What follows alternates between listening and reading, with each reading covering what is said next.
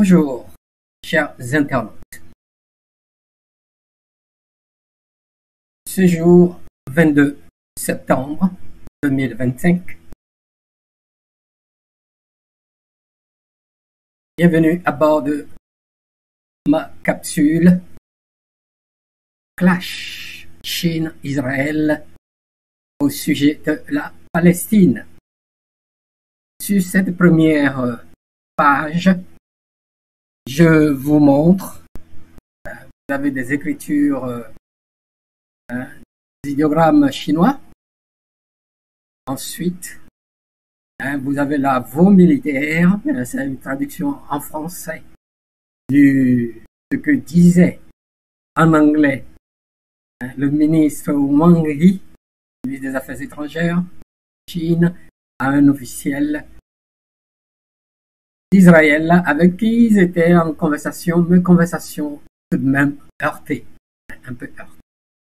Et sans plus tarder, avec ce qui se passe dans le monde, vous êtes bien au courant, depuis le temps que nous avons, depuis donc 1948, nous connaissons ce conflit qui apparaît irréductible jusqu'à ce jour. Et je vous présente un petit clip qui dure quelques secondes. Comme d'habitude, je me pose des questions. J'en ai retenu deux que je partagerai avec vous. Nous y sommes.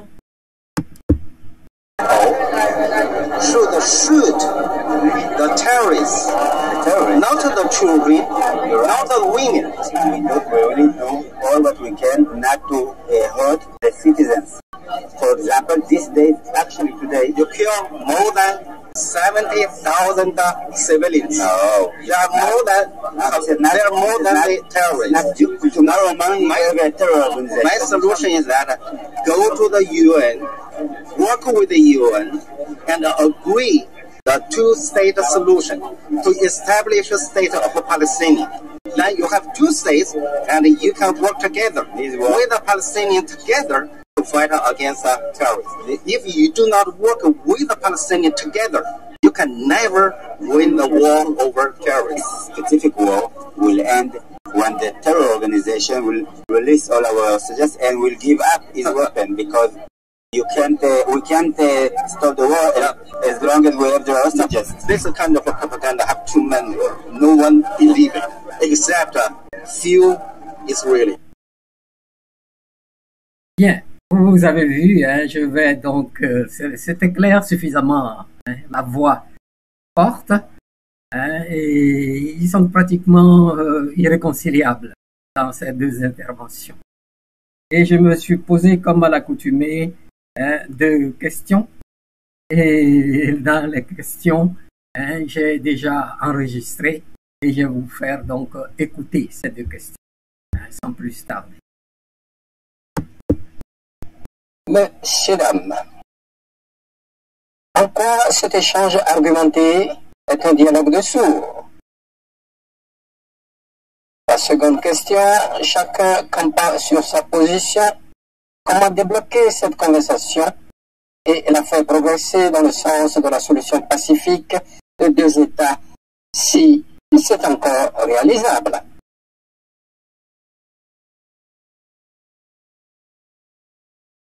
Sur la première, je pense que cet échange entre Wang Yi, le ministre des Affaires étrangères de la Chine, et l'officiel israélien peut être qualifié de dialogue de sourds pour plusieurs raisons.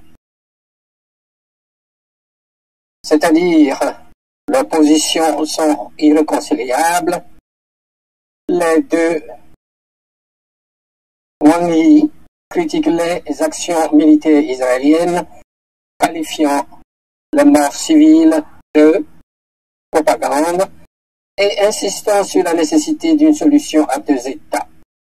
En revanche, l'officiel israélien défend les actions militaires comme nécessaires contre les terroristes et nie les chiffres de victimes civiles, ce qui montre une divergence profonde sur la réalité des faits et les objectifs poursuivis. Il y a manque de reconnaissance mutuelle. Ni l'un ni l'autre ne semble reconnaître la validité des arguments de l'autre. Wang Yi rejette catégoriquement la narration israélienne, tandis que l'officiel israélien ne semble pas prêt à accepter les critiques ou à envisager une responsabilité dans les pertes civiles massives. Absence de points communs. Les deux parties parlent de terroristes et de résistants, sans convergence sur la définition de ces termes. Pour Wang Yi, les actions militaires israéliennes sont injustifiées et contre-productives, tandis que pour l'officiel israélien, elles sont essentielles pour la sécurité d'Israël. Ce décalage empêche toute compréhension mutuelle. Leur émotion et leur rhétorique. L'échange est chargé émotionnellement, avec des accusations et des contre-accusations, ce qui rend difficile un dialogue rationnel. Wang Yi exprime frustration et impatience, tandis que l'officiel israélien semble défensif, ce qui amplifie le fossé communicationnel.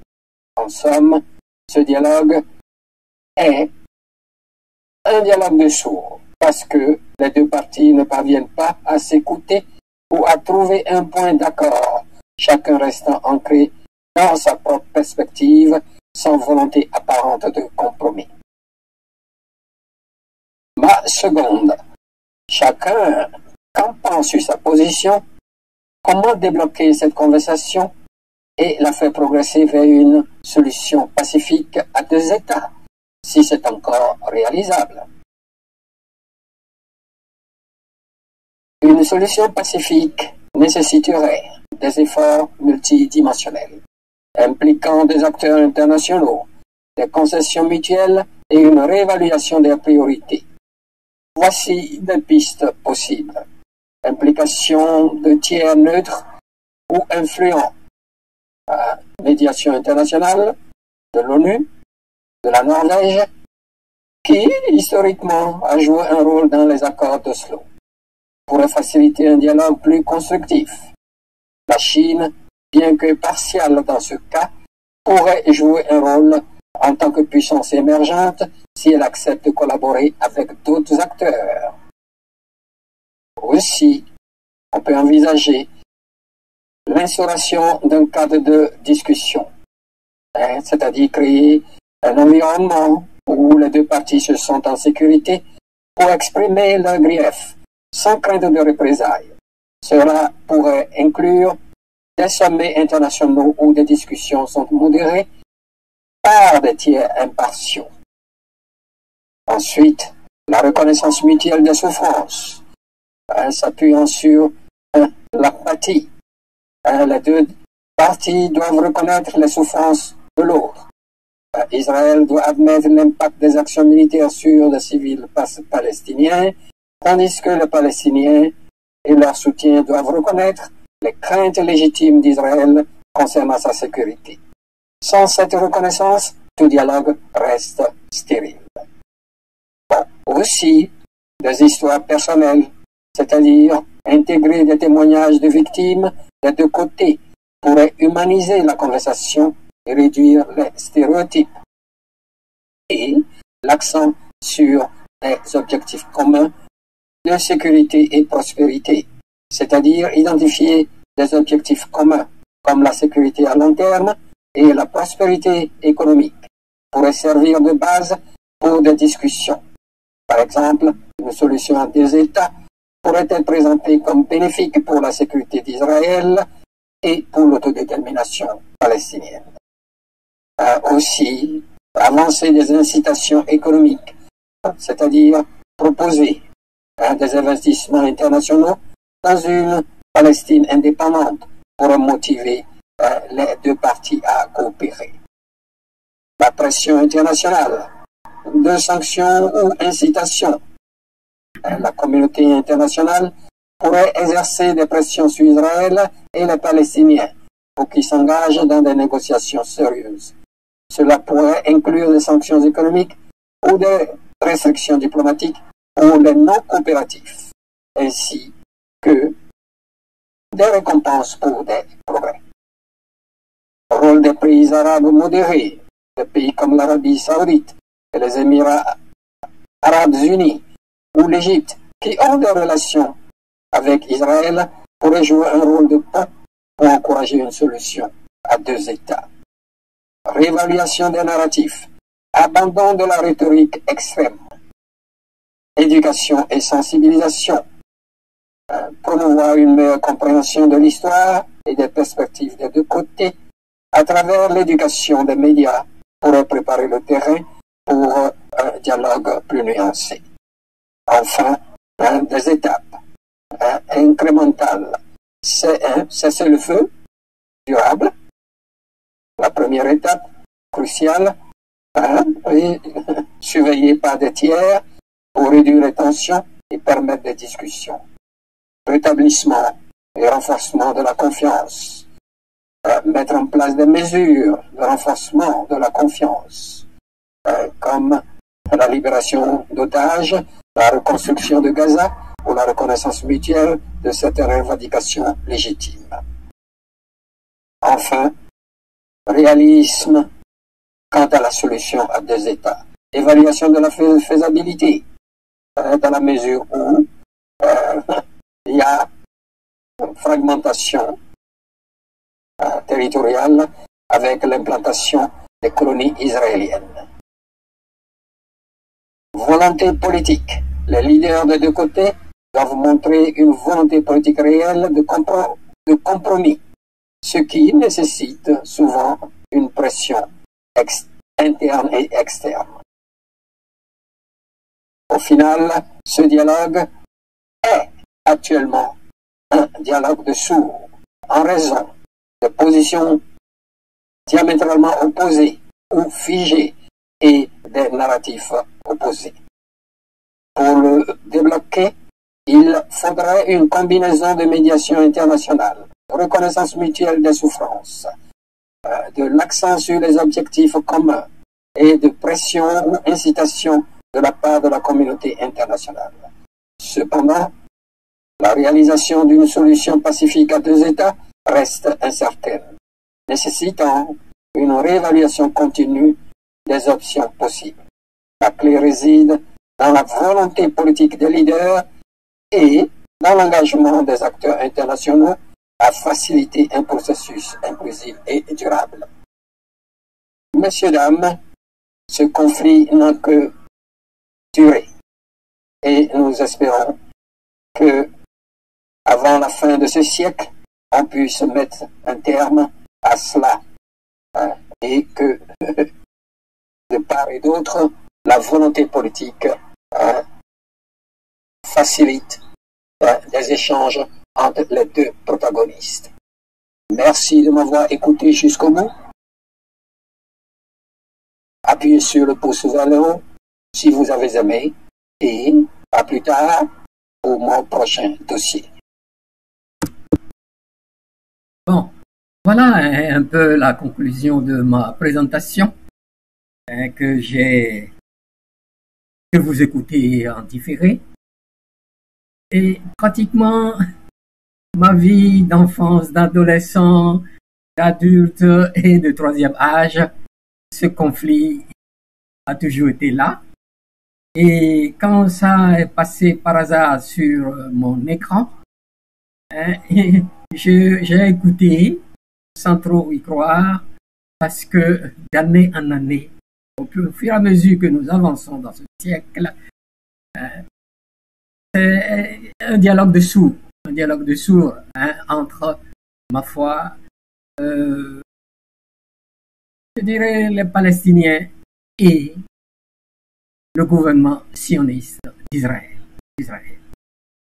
Et je sais que l'Afrique a joué un rôle immense, très important, crucial, pour ramener sur la table de négociation les deux protagonistes. L'Afrique du Sud, comme dans un de mes éléments vidéo, je l'expliquais, avait pris les devants compte tenu de leur expérience de lutte et de souffrance pour amener ce problème à la Haye, à la CPI, au pénal international. Et c'est là, et ça continue, et ça s'aggrave de plus en plus avec le soutien, justement, de l'Amérique, je dirais de l'empire de Monroe, de type Make Africa, Make America Great Again. Donc, je ne vois pas de solution en vue. Mais, par réflexe, je me suis comporté un peu pour trouver une procédure possible pour faire asseoir les deux protagonistes et rapprocher les vues. Ça prendra du temps. Et ce matin, j'aurais appris qu'il y a de plus en plus de pays d'Europe. Je sais que la plupart des pays africains qui sont déjà derrière donc, les Palestiniens. Compte tenu, nous sommes, je crois, 54 aux Nations Unies. Il y a au moins 50 qui soutiennent la Palestine. Donc, la majorité des voix par continent, nous la détenons. Et espérons que parmi les intermédiaires, les médiateurs, il y aura plus d'Africains qu'on ne peut espérer, dans la mesure où le plus souvent, ce que nous disons est négligé parce que nous ne comptons pas. C'est rare que nous soyons à la table. J'espère que cette fois-ci, nous serons à la table pour de bon. Même si l'Afrique du Sud a amené en notre nom, à nous tous, ça je le dis avec fierté, à nous tous à la table à la Cour pénale internationale. Donc, pour utiliser leur propre loi, parce que toutes ces choses-là ont été créées donc, pour les Africains et les Slaves. C'est pour cela d'ailleurs que Trump, ma foi, ou je dois dire au nom des États-Unis, s'acharne sur les juges de la Cour pénale internationale. S'acharne sur les juges de la Bien. Pour le moment, il s'est acharné sur l'Afrique du Sud. Il s'est cassé les dents. Elon Musk avec lui, bien entendu. Bon, pour le moment, ils ont mis ce dossier de côté, peut-être pour réveiller cela un autre jour, mais ils savent que derrière l'Afrique du Sud, il y a tous les États continents derrière l'Afrique du Sud. Voilà, chers internautes, je vous remercie beaucoup pour votre attention, si vous avez pu écouter ces dossiers jusqu'à la fin. Et je vous dis merci. À la prochaine.